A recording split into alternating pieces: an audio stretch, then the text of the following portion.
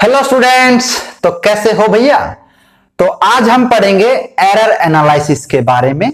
Errors में हम पढ़ेंगे एब्सोल्यूट एरर क्या होता है, मीन एब्सोल्यूट एरर क्या होता है, रिलेटिव एरर क्या होता है और परसेंटेज एरर क्या होता है, और उसके कुछ एप्लीकेशंस देखेंगे। थोड़ा फंबल हो गया, तो चलिए स्टार्ट करते हैं। Unit and measurement lecture number 5। तो लास्ट लेक्चर में आपको एक क्वेश्चन दिया था होमवर्क के लिए। आपको एक बात बता दूं, ये वेंडर वॉल इक्वेशन है फॉर नोबल गैसेस।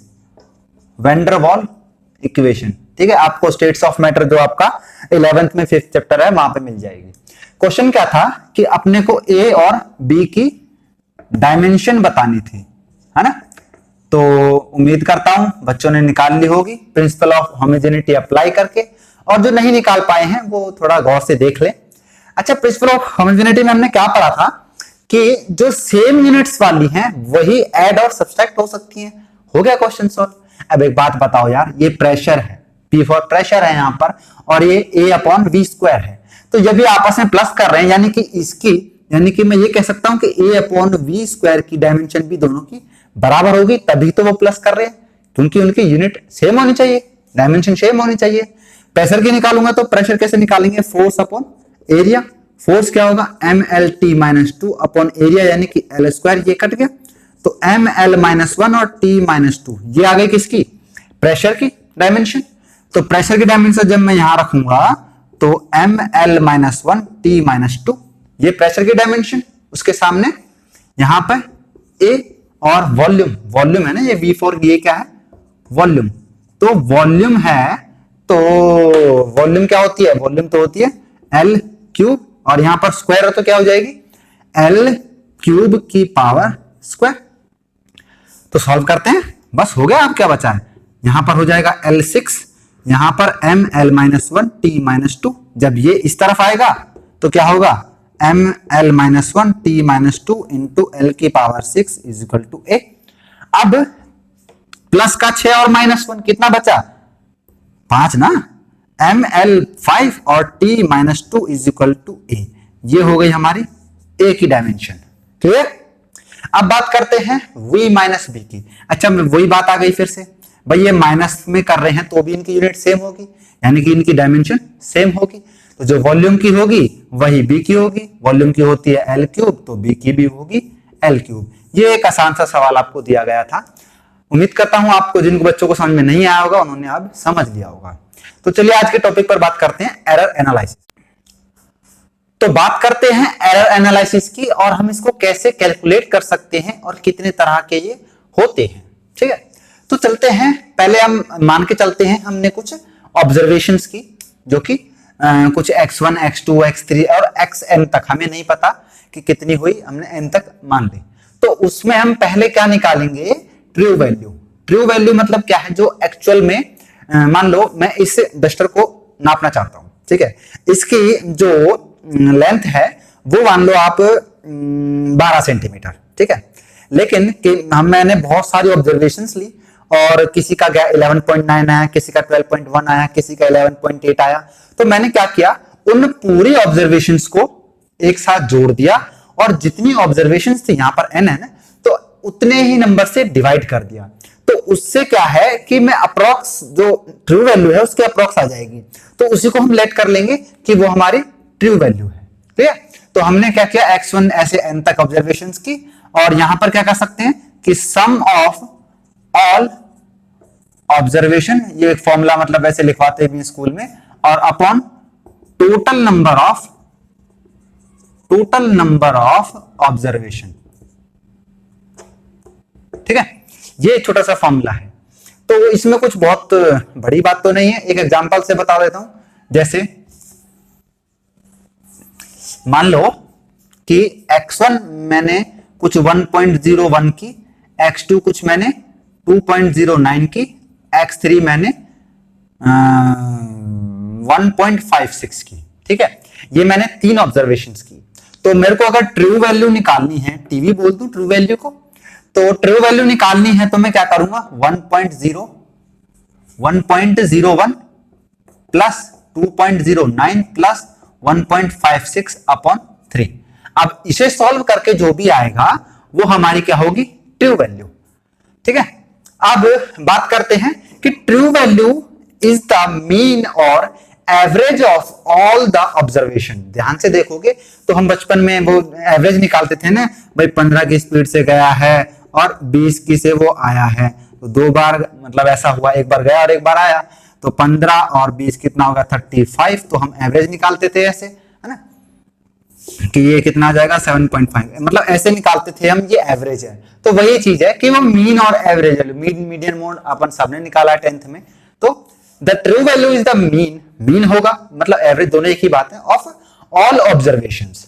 इस तरह से हम किसी भी एरर में मतलब ट्रू वैल्यू को निकाल सकते हैं with the help of only observation and number of observations. Clear.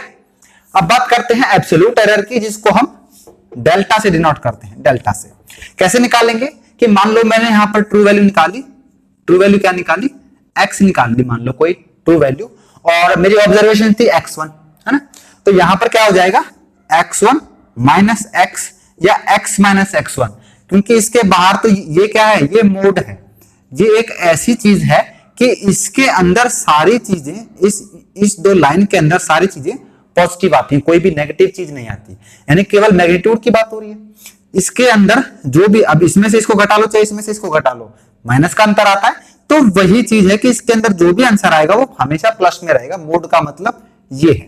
Clear. तो अब इसमें से जो भी आएगा उसको हम माइनस कर देंगे तो क्या निकल जाएगी, डेल्टा। तो मैं एक बार शायद ट्राई करूं, 9 और 6 15 का 5 और 6 और 2 और 2 4, कितना आया यहां पे, यहां आया 4.65 अपॉन 3। तो 4.65 और 3, 3 1 जा 3, 1 6, 3 पंजे 15, 1 और 5, 1 मिनट, 3 एक कम 3 भी तो आएगा, 3 एक कम 3, 3 पंजे 15 और 13, तो ये आ गया। तो इसका आंसर आया है 1.53।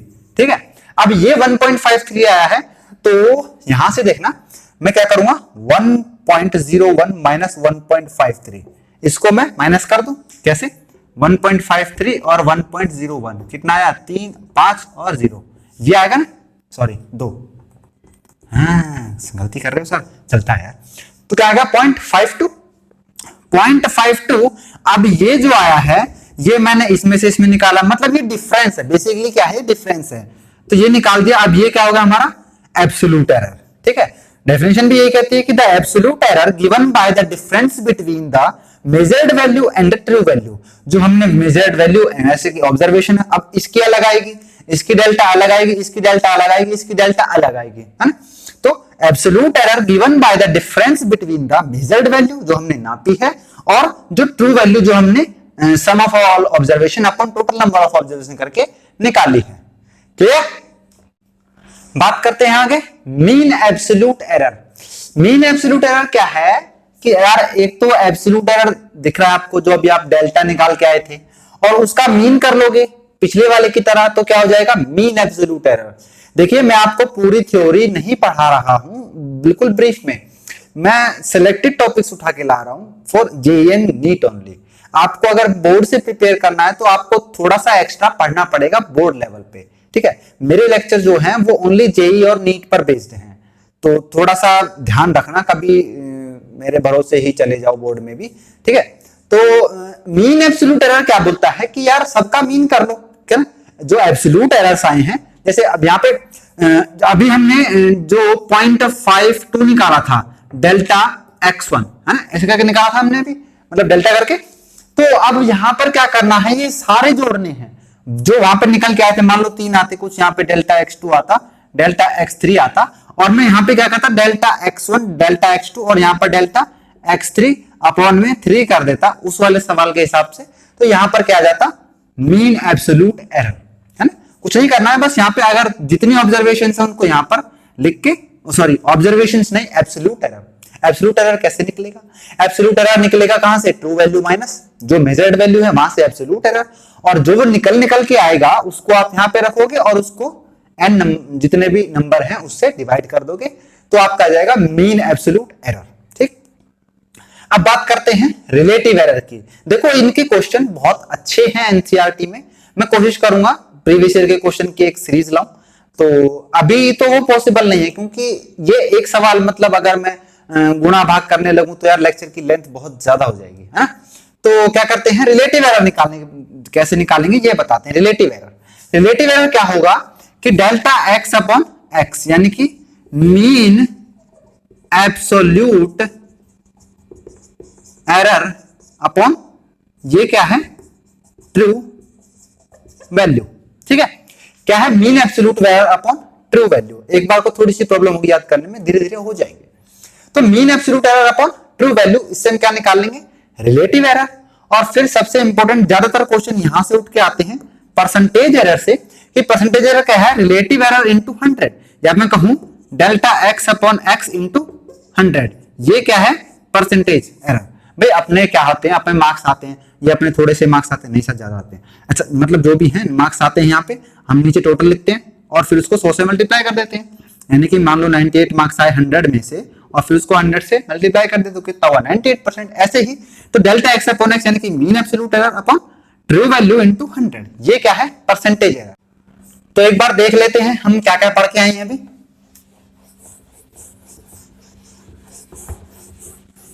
हमने पढ़ा आज ट्रू वैल्यू कैसे निकालना है। ट्रू वैल्यू क्या, x1 plus x2 xn upon n, ये पढ़ा। फिर क्या पढ़ा हमने, एब्सोल्यूट एरर। एब्सोल्यूट एरर में क्या देखा कि x, यहां पर मान लो कुछ x निकल के आता है ट्रू वैल्यू, यानी कि इसको डिनोट करते हैं तो x1 माइनस x, ये किस में है, मोड में। मोड के अंदर सारी वैल्यू पॉजिटिव होती है, तो यहां पर क्या निकल के आया, कुछ डेल्टा निकल के आया। फिर आया mean absolute error, mean absolute error. ठीक है, मीन एब्सोल्यूट एरर में क्या था कि जितनी भी डेल्टा वाली, जैसे delta x1 plus delta x2 plus delta x3 है ना, और फिर अपॉन में 3, या फिर ये कहूं n तक और ये अपॉन n, ये निकल के आया था। यहां से कुछ अपने को डेल्टा x मिला था।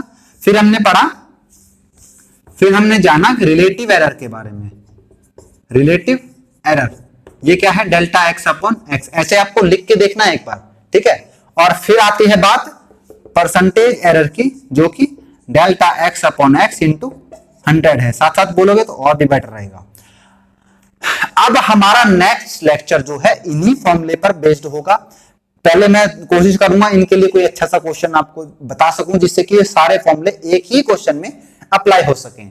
तो आज के लिए सिर्फ इतना ही।